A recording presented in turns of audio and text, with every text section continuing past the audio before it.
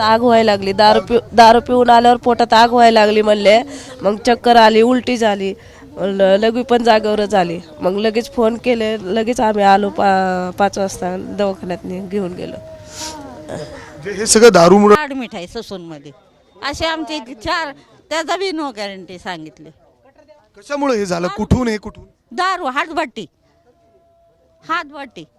अचानक हे सगळं काय? विषारू दारू होती काय होतं? आता ते दारू कसली होती आम्हाला सांगता येणार नाही. विषारीच आम्ही तर समजतो, विषारीच दारू होती. मग आता काय आहे नक्की? ही दारू बंद झाली पाहिजे. दारू ही बंद झाली पाहिजे. आम्ही म्हणतो इथंच नाही, याच वस्तीत नाही, अख्खा पुण्याची दारू बंद झाली पाहिजे. हे पुणे एरियात दारूच नाही पाहिजे. जवळपास असले की जाणार पिणार.